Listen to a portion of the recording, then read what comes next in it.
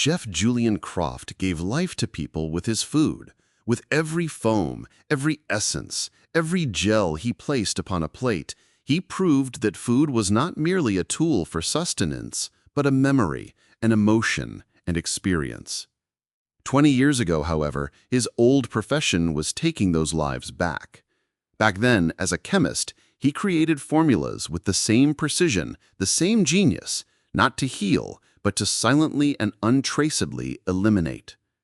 For 20 years, he skillfully hid that dark past behind the world's most delicious, most innovative meals, behind the brightest Michelin stars and the most rapturous applause. The sterile modern kitchen he built of stainless steel and glass became both his stage and his sanctuary. Until one night, a mysterious customer came to his restaurant and ordered something that wasn't on the menu. One of those old, deadly formulas he thought he had forgotten, buried in the deepest recesses of his soul. That night, Julian understood that some flavors, no matter how much time passes, can never be cleansed from the palate. Julian Croft's restaurant, Apothecary, was a place that lived up to its name in every sense. This was not a kitchen where food was cooked, but a laboratory where formulas were brought to life. From the outside, it was a minimalist and inviting space, hidden inside a historic building in one of Copenhagen's most elegant districts. But the moment one stepped through the kitchen doors, the world changed. Here, the fiery and noisy chaos of traditional cooks was replaced by the sterile silence and precision of an operating theater. Stainless steel counters gleamed like hospital corridors, and instead of the smell of fried oil or spices, the air carried the clean, almost clinical scent of ozone and pure alcohol. Fire was replaced by the misty whisper of liquid nitrogen tanks, and knives by the rhythmic hum of centrifuges, rotary evaporators, and sonic homogenizers. Julian was the absolute monarch of this kingdom. His communication with his team was as precise and minimal as a conductor's silent hand gestures. He didn't shout, he conveyed his instructions with a whisper or merely a glance. Everyone both feared him and revered him like a god. He was not just a chef, he was an alchemist, transforming ordinary ingredients into incredible experiences that flirted with the boundaries of science and art. That night, the restaurant was fully booked. The clientele included politicians, artists, and gourmands from all over the world, all of whom had waited months to taste the magical experience Julian would offer them. He was working on the most ambitious dish of that night's tasting menu, Memory of the Sea. This was a creation where the salty, briny taste of an oyster was presented in different temperatures and textures, as a foam, a gel, and a vapor, transporting the person eating it to the deepest parts of the ocean with a single bite. As he placed a single drop of green oil, distilled from seaweed, onto the oyster foam with a delicate syringe, in that moment of absolute concentration, his head waiter, Antoine, silently approached his side. "Chef," he whispered, a hesitation in his voice, "there is a special order from table 7. Without taking his eyes off the plate, Julian replied, "We don't go off-menu, Antoine. You know that." His voice was cold and sharp. "I know, chef, but they insisted. They said it wasn't a dish." Antoine placed a small silver tray on Julian's counter. On the tray lay a piece of expensive, textured paper, elegantly folded. After making his final touch, Julian put down the syringe and reluctantly picked up the paper. When he unfolded it, for a moment, the world stopped. All the rhythmic hums, the whispers, the controlled chaos of the kitchen gave way to a deafening silence. The paper didn't have the name of a dish or a request written on it. On it, drawn with flawless ink, was a complex chemical diagram. The familiar, cursed dance of pentagonal and hexagonal rings, double bonds, and nitrogen atoms. This was the molecular structure of aconitum fine toxin, otherwise known as silent death. The formula for the untraceable synthetic poison he had designed 20 years ago in that dark life for the shadow syndicate known as the Curators. a poison that was indistinguishable from a natural heart attack in autopsies. Below the diagram, in calligraphic handwriting, was a single sentence: "We require a new vintage." Julian's hand did not tremble. The expression on his face did not change. But inside him, the icy volcano that had been dormant for 20 years began to rumble. He slowly crumbled the paper in his palm. He turned to Antoine. "Tell Table 7, he said, his voice completely devoid of emotion, "that the kitchen is out of that ingredient." Antoine understood that something was wrong, but did not question it. He just nodded and returned to the dining room. Julian tossed the crumbled paper into his apron pocket and, as if nothing had happened, continued to prepare the next plate. But now his fingers moved not with the sensitivity of an artist, but with the mechanical precision of a convict. His sanctuary, his fortress, his laboratory had in that moment turned into a prison, and the past had just knocked on the door of that prison. The next day, in the silence of his home, as Julian was browsing food blogs and review sites on the internet, he saw the news. Alain Dubois, the most influential, most feared food critic in Paris, the man who had written the first rave review of Julian early in his career, launching him into stardom. Alain Dubois had been found dead in his home that night after dining at the restaurant of Julian's biggest rival. The cause of death? Sudden and massive cardiac arrest. The authorities had announced that there was no suspicious circumstance, but Julian knew the truth. This was no coincidence. This was the signature of the curators. This was their answer to his rejected order. The death of Alain Dubois was proof that one of his older, simpler formulas had been used. The curators were sending him a message. "We know who you are. We know what you can do. We can destroy your world, your beloved gourmet world. And worst of all, we can pin it all on you. Cooperate with us, or you will be the next accidental victim." There was no escape route. Julian knew this. The curators were like an octopus. Their tentacles extended everywhere, into every sector. Trying to run would only hasten his end. A few days later, he received a new message. This time, it was a coded ad hidden in an old newspaper. The ad summoned him to an abandoned winery in a rural region of Spain, a place that had formerly been used as a front for the curator's European operations. Julian put on his simplest, most inconspicuous clothes, left all his electronic devices behind, and set off towards that dark meeting, towards his inevitable fate.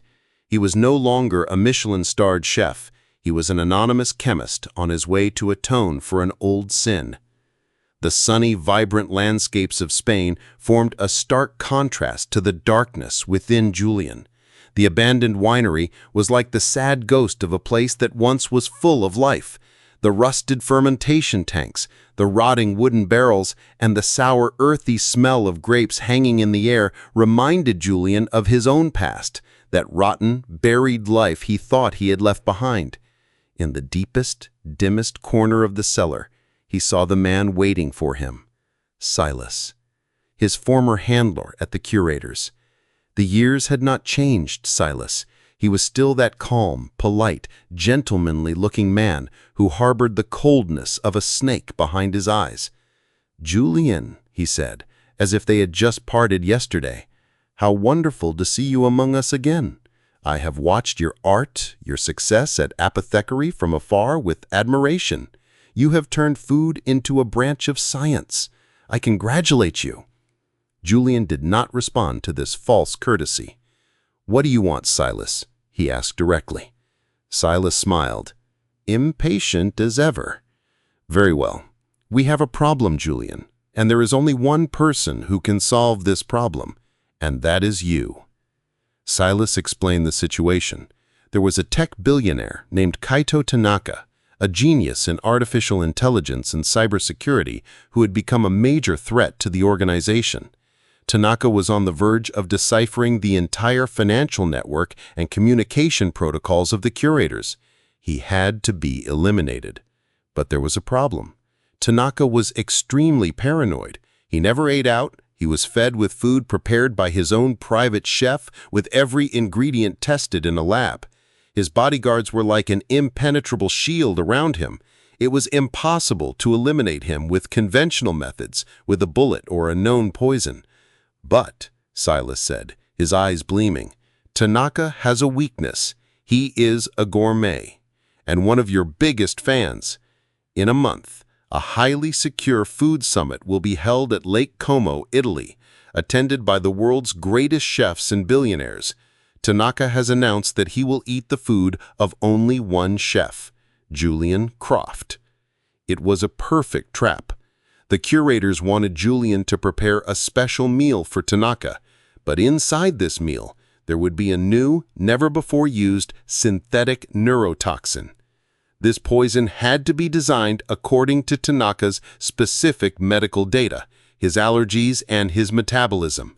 It had to have no taste, no smell, no texture, and it had to look like an exotic spice or a rare mushroom extract inside the food.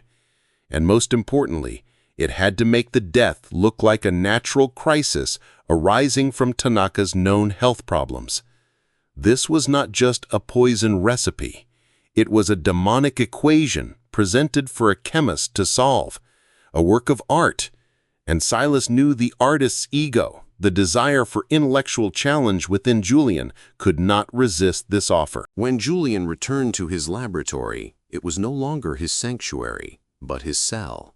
He knew that his every move was being watched, his every phone call was being listened to. The curators had provided him with all the equipment and rare chemicals he needed, but this was not a favor, it was a leash. He was no longer an artist, but a convict. A convict forced to create his own deadly masterpiece in the world's most luxurious, most technologically advanced prison. He worked for days, for nights. He immersed himself in the world of complex formulas, of dangerous compounds. On the one hand, he felt that old, dark thrill of this intellectual challenge, of solving this impossible chemical puzzle. His brain was more alive, sharper than it had been in years. But on the other hand, every time he looked in the mirror, he saw the reflection of a man turning into a monster. The crushing weight of using his creative talent to destroy a human being was slowly consuming his soul like a poison. He couldn't run. He couldn't refuse.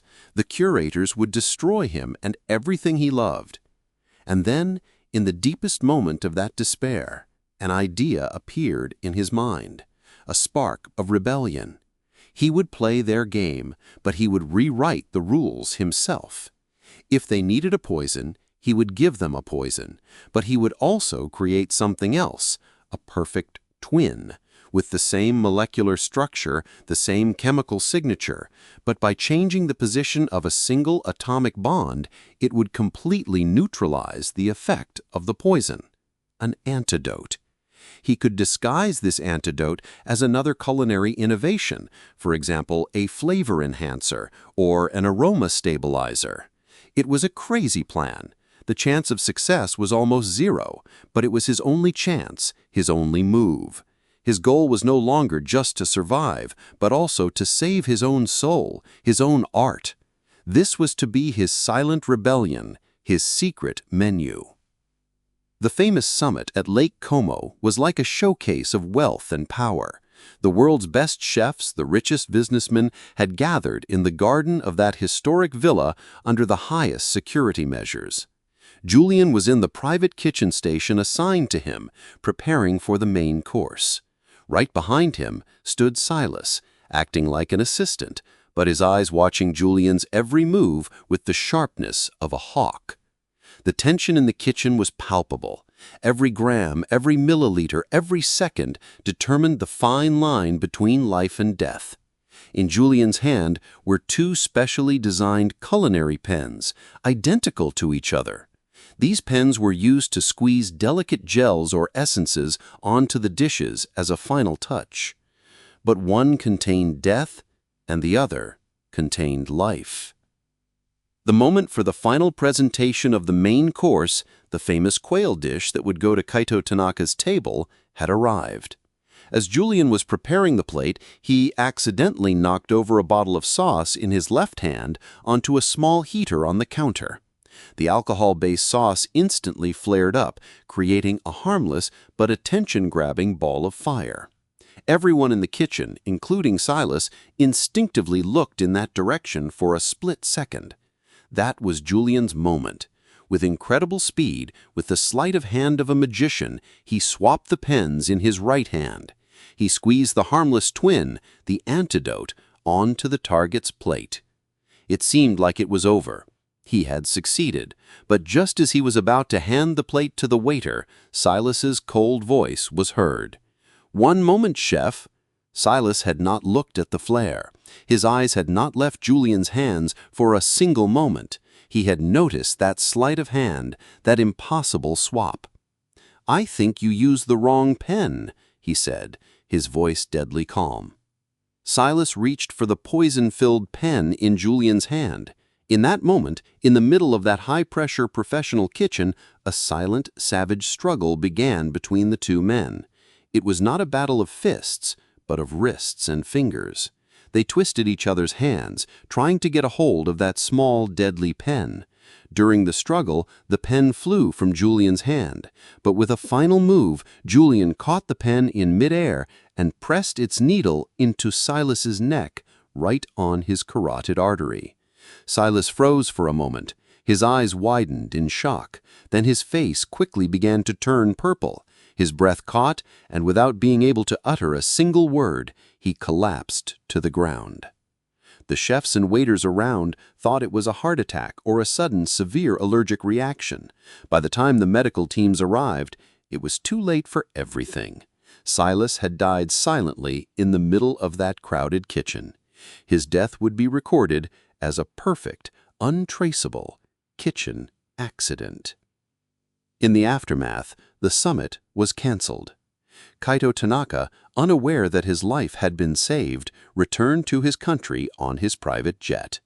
Julian, under the guise of shock and grief, packed up his station and left. He had survived. But he did not feel like he had won. His sanctuary, his art, his beloved kitchen had been forever stained with violence and death. He knew he could never go back to his old life, to that world of Michelin stars and applause.